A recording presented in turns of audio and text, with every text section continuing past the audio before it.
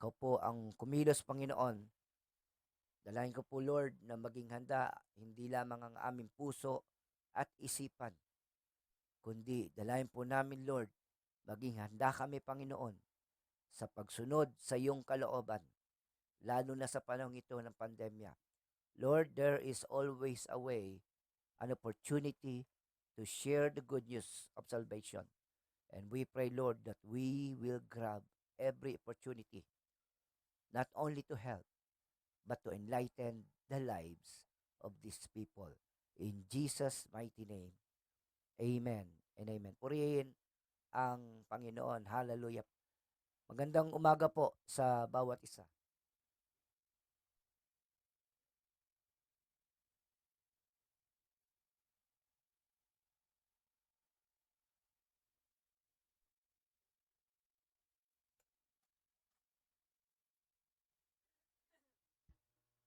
Hallelujah. Praise God.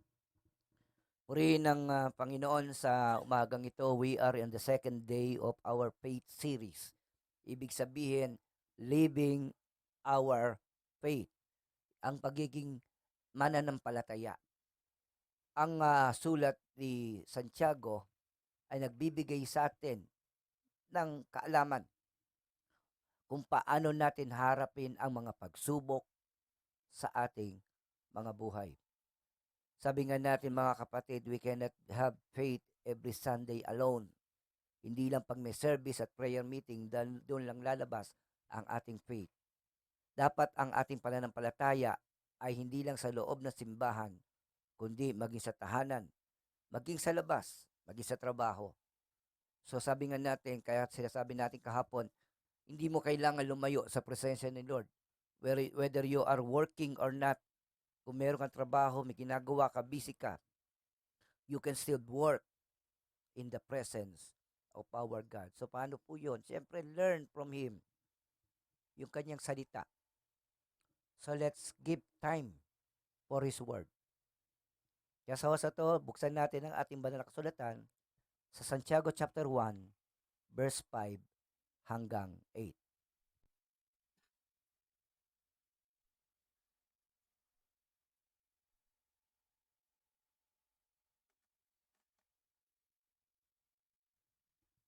Hallelujah. Praise God. Hallelujah. Sabi po ng verse 5, ngunit kung kulang ng karunungan ang sino man sa inyo, humingi siya sa Diyos at siya'y bibigyan, sapagkat ang Diyos ay saganang magbigay at di nanunumbat. Verse 6, ngunit kung kulang ng karunungan ang sino man sa inyo, humingi siya sa Diyos at siya'y bibigyan, sapagkat ang Diyos ay saganang magbigay at di nanunumbat. Verse 7, ngunit kung kulang ng karunungan ang sino man sa inyo, humingi siya sa Diyos at siya'y bibigyan, sapagkat ang Diyos ay saganang magbigay at di nanunumbat. Verse 8, ngunit kung kulang ng karunungan ang sino man sa inyo, sorry po, hallelujah, nagkamali tayo ng pagpasok. Hallelujah. Hindi gumagalaw yung PowerPoint. Praise God. Hallelujah. Kaya sa to, hallelujah. Patuloy po tayong sabi dito, if any of you lacks wisdom, let him ask God, who gives generously to all without reproach, and it will be given him. Verse 6, ang sabi dito, but let him ask in faith with no doubting, for the one who doubts is like a wave of the sea that is driven and tossed by the wind. Verse 7, for that person must not suppose that he will receive anything from the Lord.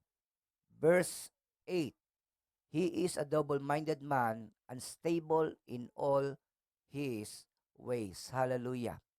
Praise God for this word galing sa Panginoon. Kaya kahapon, pinag-usapan natin that in trials you will find joy. There's a way, sabi nga, if you want joy, there is a way towards the joy of the Lord.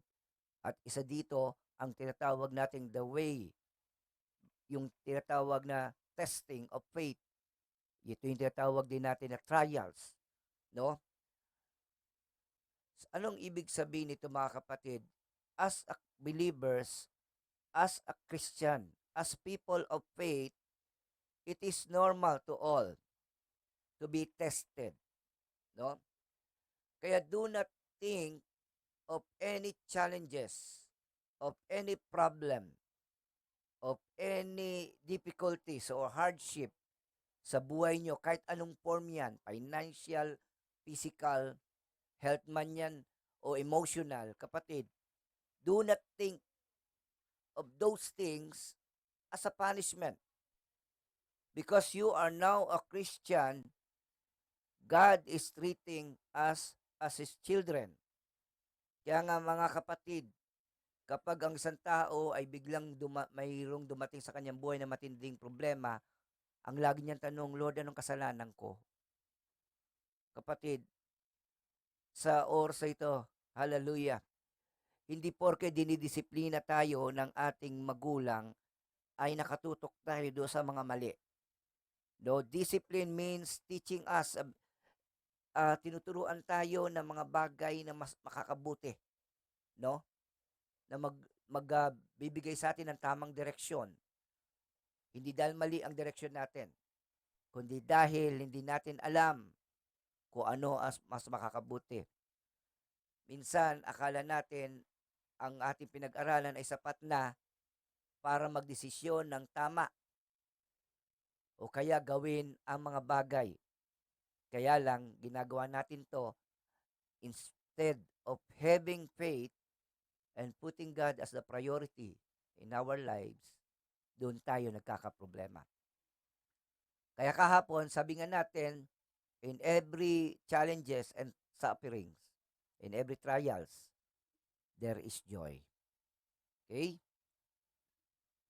At ngayon, ang pag-usapan natin is seeking God for wisdom when under trials. Alam niyo po, mga kapatid, it is always yung mga matitinding prayer in the Bible, in the Old Testament. Katulad na lamang ni Moses.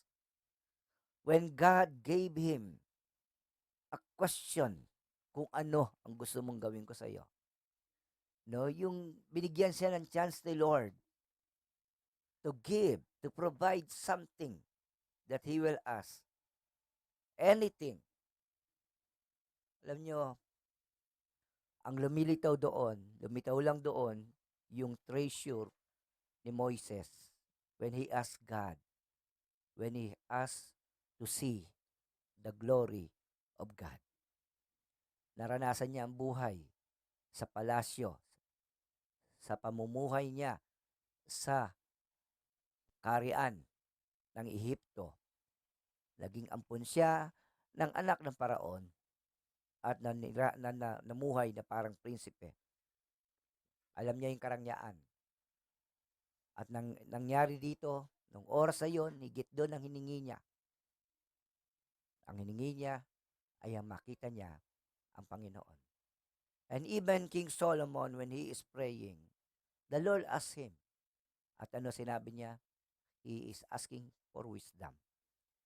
Alam niyo mga kapatid, if we, in every situation, in every day, kapatid, hindi lang pag may trials, hindi lang pag may problema, always seek God for wisdom.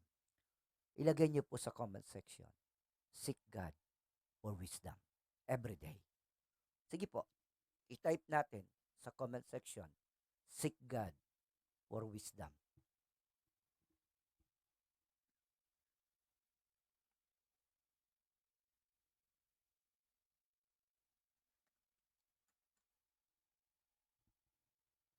Hallelujah. Pasensya na po, medyo nangangati yung lalamunan ko, kaya from time to time, mahabol tayo ng hangin. Sabi dito, seek God for wisdom when under trials. Not only when under trials, but in everything, every day, seek God. No? Minsan nakakalungkot isipin 'pag may problema lang, may pagsubok, saka lang natin hinahanap si Lord. Sa totoo lang mga kapatid, hallelujah, kapag 'di na nga natin kaya saka lang tayo lalapit sa Kanya. Alam niyo po, God knows everything about us. He knows your situation at alam niya ang ending nito 'pag 'di ka nagtiwala sa Kanya. Mahal niya tayo, ayaw niya tayong mapahamak at naniniwala ako na ang buhay natin need the enlightenment, the guidance, the protection of our God. So, ito'y karugtong ng sinasabi ni Santiago that consider it joy when you are facing trials. Now, seek God for wisdom. Mga kapatid, pag may dumating na pagsubok sa buhay mo, don't ask God how to get out of these trials, kapatid. But ask God what you can get from these trials. Kapatid, katulad na sinasabi natin kahapon, no? Do not immediately ask for God to stop the situation. Kundi, sabi nga natin, from that situation, we learn from God. Kaya kapatid, hindi lang dapat sa oras ng pagsubok tayo lalapit sa Diyos. We need Him.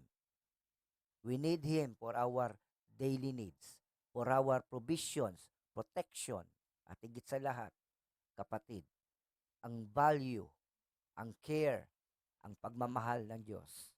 Ito ang bagay na pupuno sa atin na hinahanap natin ever since God created us. Sabi ng 1:5, if any of you lacks wisdom, let him ask God, who gives generously to all without reproach, and it will be given him.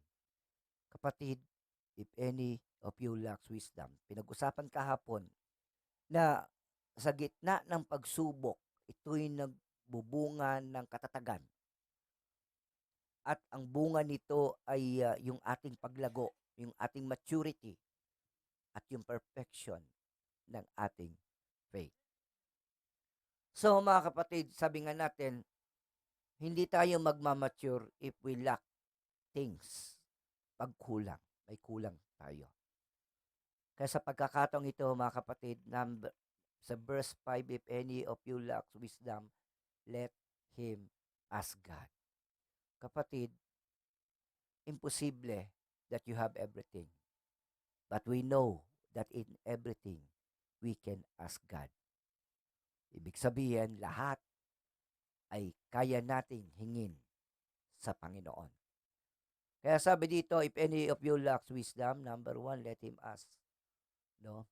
Kasi, financial lang problema ko, pastor. Kailangan ko ng pera, pambayad sa utang, kailangan ko ng gamot, sa sakit, kailangan ko ng pampa-ospital, so on and so forth. Hallelujah.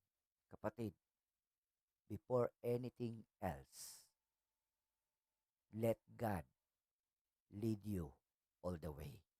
Amen? So, unahin natin ang Panginoon. Unang-una, when you ask God, He will give. He will answer. He will respond. God will never be busy when it comes to our concern. God has all the time. God has all the plans. And God has all the good things He wants to do in our lives. Amen. Minsan nakakalungkot isipin that only good things comes from the Lord. Only perfect things comes from our God. Pero minsan, mas pinipili natin ang mga bagay sa mundong ito which is corrupted by lust, by the flesh. Kaya instead na mag-grow tayo spiritually, lalo tayong nalalayo sa Panginoon. So number 1, seek God in everything. Sabi nga po ng Proverbs 9:10, always see God in every situation. No? Always see God. Sabi dito, the fear of the Lord is the beginning of wisdom and knowledge of the Holy One is understanding. Everything start with our God. Si Lord, yung umaga mo, yung araw mo, dapat magsimula sa Panginoon. No? Sabi nga dito, the fear of the Lord is the beginning of wisdom. You cannot face any trials triumphantly without God. You cannot win. Hindi ka magtatagumpay kung wala ang Diyos na nangunguna sa buhay mo. Minsan, we call upon God and failed to surrender our thoughts, our desires. Ang nagko-conflict sa atin ay hindi yung wisdom ni Lord. Ang nagko-conflict sa atin yung desires natin sa mga bagay na alam nating mawawala dito sa mundo. No?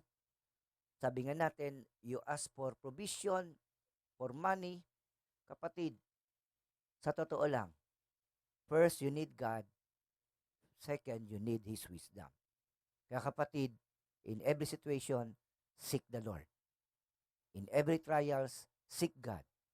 In every day, seek God first. Psalms 14:1. The fool says in his heart, there is no God. They are corrupt. They do abominable deeds. There is none who does good. Marami nagkiklaim they are believers. Marami nagkiklaim they are Christians. But sometimes, hindi nila naipakikita ito sa pamagitan ng pananampalataya. If you are really a believer of the Lord, your number one is God. If you are really the child of God, you are living dependently from God. Ibig sabihin, dependent ka. Iniaasa mo ang lahat. Sapagkat sabi nga natin, hindi mo kontrolado ang araw. Hindi mo kontrolado ang kalusugan. Hindi mo kontrolado ang sitwasyon. But God has wisdom. Every day, His words are always present to give us idea, to enlighten us. No, to enlighten the burden. Kapag alam mo ang kalooban ng Diyos, kahit mahirap ang sitwasyon, you have a good reason to move forward. Why? Because you know, God is with you from the very start until you triumph, until you come out stronger, better, not bitter. Mga kapatid, amen po ba? Hallelujah. Sabi nga natin, ang di nananalig sa Diyos ay isang taong hangal. Di siya naniniwala. No? Di niya kailangan magtiwala araw-araw. Nakakalungkot. Pagdating ng oras, I remember one atheist person na nang siya ay naglalakad, pauwi, di ko lang alam kung pauwi, really, this person, na nang bigla kumulog at kumidlat sa kanyang lugar, yung talagang close encounter, napatawag siya bigla sa Diyos. Sa totoo lang, kahit sabi nga natin, atheist, kapag naramdaman mo yung natural calamities, you will see the devastation, the strength, the power of earthquake, of typhoon. Doon mo marirealize na tumawag sa Diyos. Hallelujah. Kaya sabi nga natin, the beginning of wisdom is this: get wisdom, and whatever you get insight. No, i-treat mo ang wisdom katulad ng gold, katulad ng silver, kung paano hinahanap ng tao ang kayamanan. Hanapin mo ang karunungan. At the end, ang pinakakayamanan natin, mga kapatid, is not the amount of money you have in the bank. Ang tunay na treasure ng tao is not the dollars and the pesos you have, kundi ang wisdom you gain from God. Sana maintindihan niyo, mga kapatid, na yung wisdom na yan ang binabayaran sa mundong ito. Yung wisdom na yan ang mahal ng price. Hallelujah. Kaya kung gusto mong tumaas ang quality of life mo, gusto mong tumaas ang antas ng iyong pamumuhay, seek wisdom. Amen? You can live as a carpenter. Maraming carpenter. Pero bilang lang ang expert, no? Ibig sabihin, they learn from the skills and they have it in a very special way. Na kaya nga pag sinabi, ito quality ito. Ito magaling ito, no? At yung nakikita yung quality and standard, this thing shows wisdom, hindi lang skill. Skill can be learned, but wisdom comes from our God. Amen po ba? It is God's nature to respond to all for good. Ibig sabihin, when you ask anything, you receive good from God. Not only God is ready to respond and to give, but be reminded that God wants to direct our lives. Binigyan niya tayo ng authority. Sa Genesis, binigyan niya ng authority ang tao to manage God's creation. But if you want to sustain this job, kapatid, you need God. Kaya nga sa kabila na binigay ng authority kay Eva at Adan nung time na yon, kasama pa rin nila ang Panginoon sa Garden of Eden. They need the presence, the guidance, and the fellowship with our God. Kaya kita nyo, nung maiwalay sila sa kasalanan, naghirap sila ng matindi. Amen? Ito nga lang, sabi nga natin, huwag mo nang pahirapan ang sarili mo. Sa umpisa pa lang, start trusting the Lord. Trust in the Lord with all your heart and lean not unto your own understanding. In all thy ways, acknowledge Him. In all thy ways, acknowledge Him.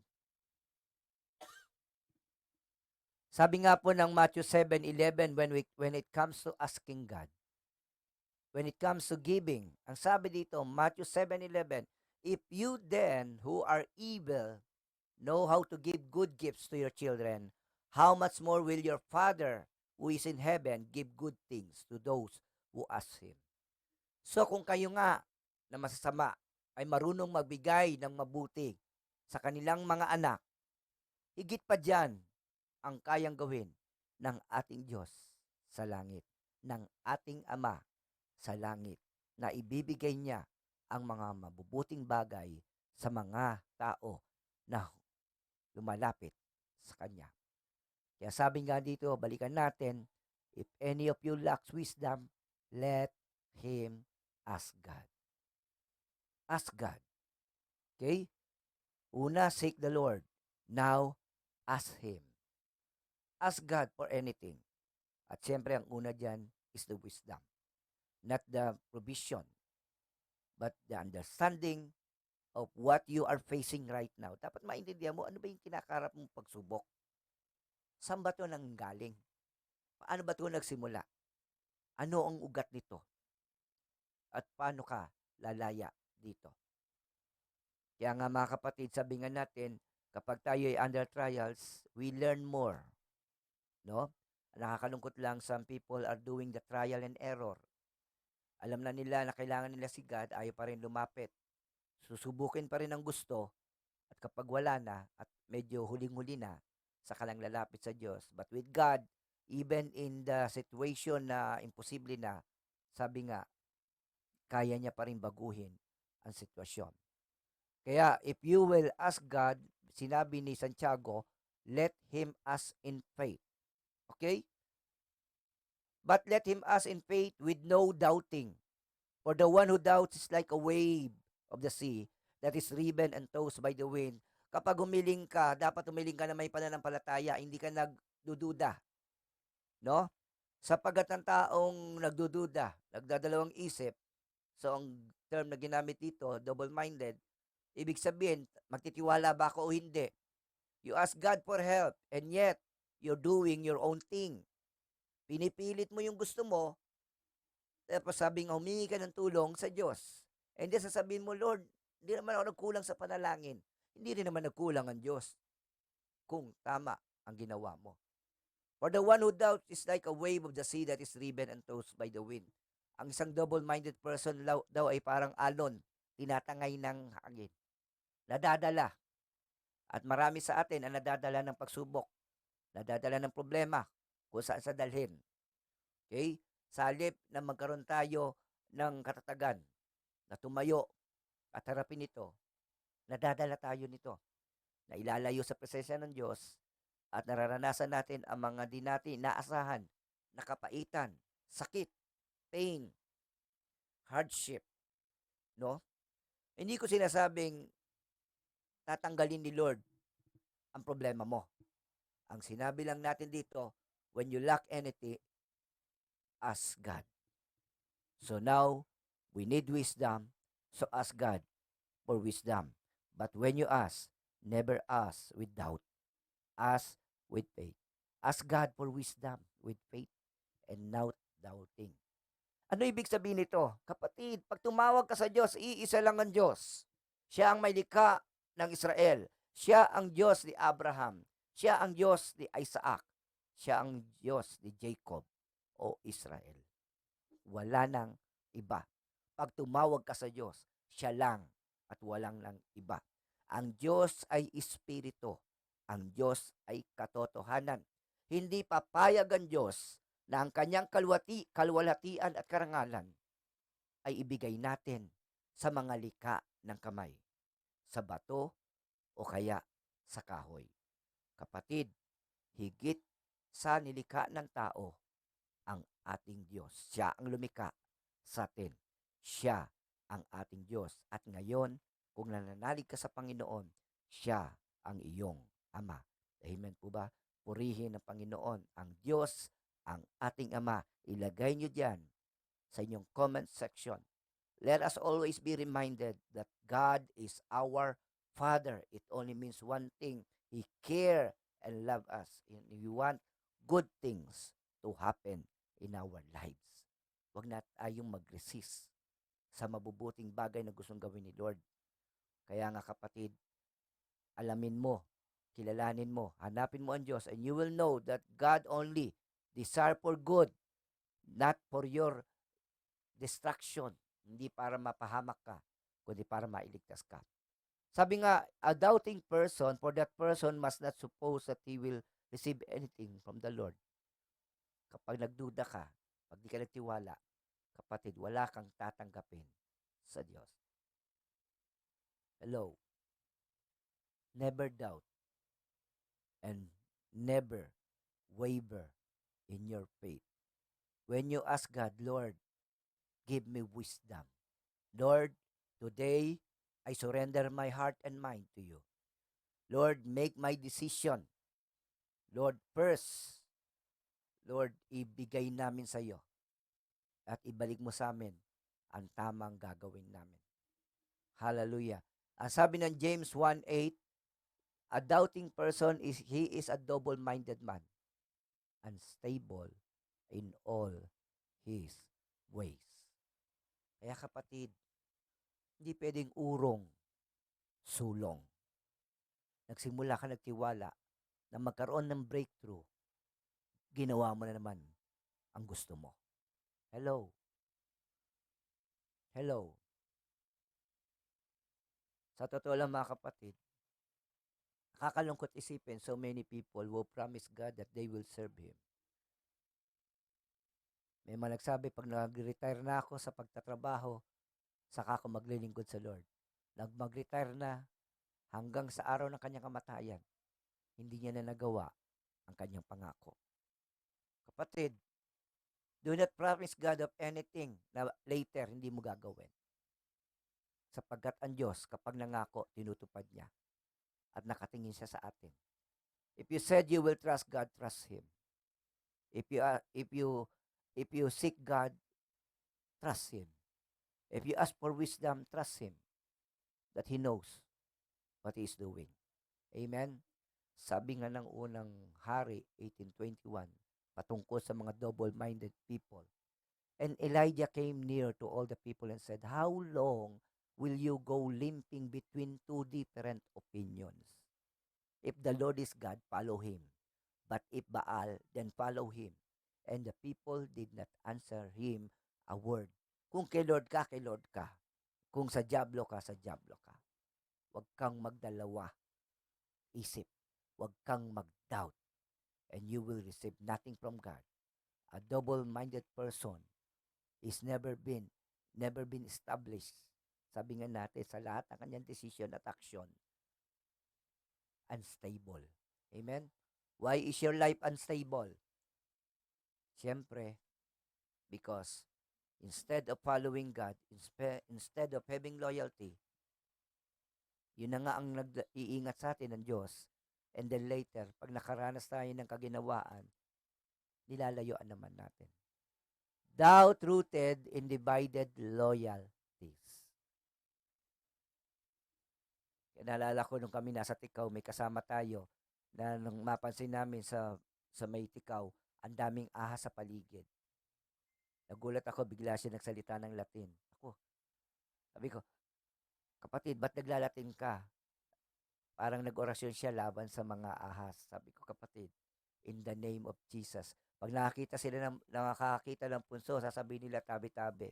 Ang sasabihin naman namin, tumabi ka sa pangalan ng Panginoong Jesucristo.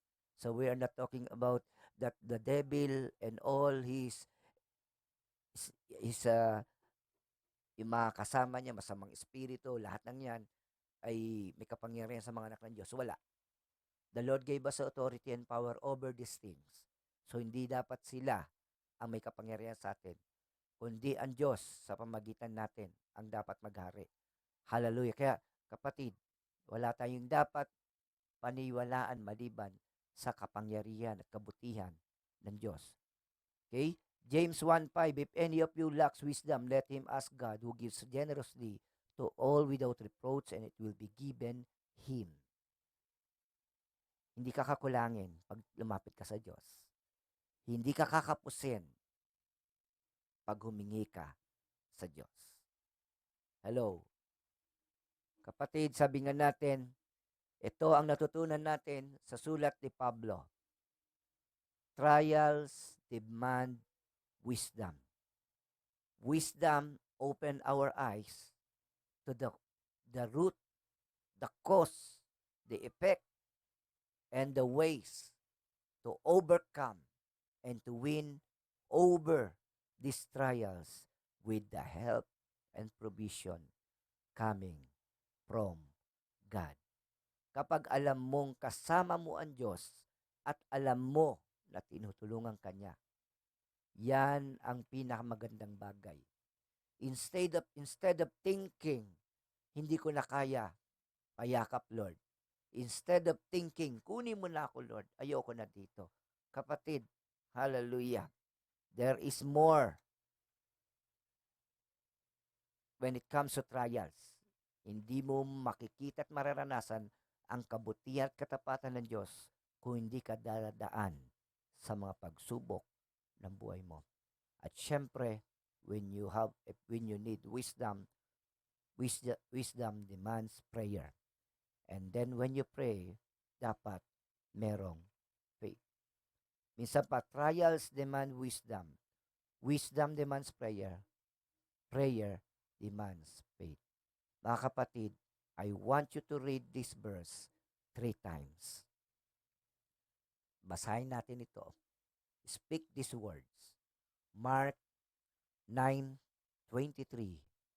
And Jesus said to him, if you can, all things are possible for one who believes. And Jesus said to him, if you can, all things are possible for one who believes. One more time.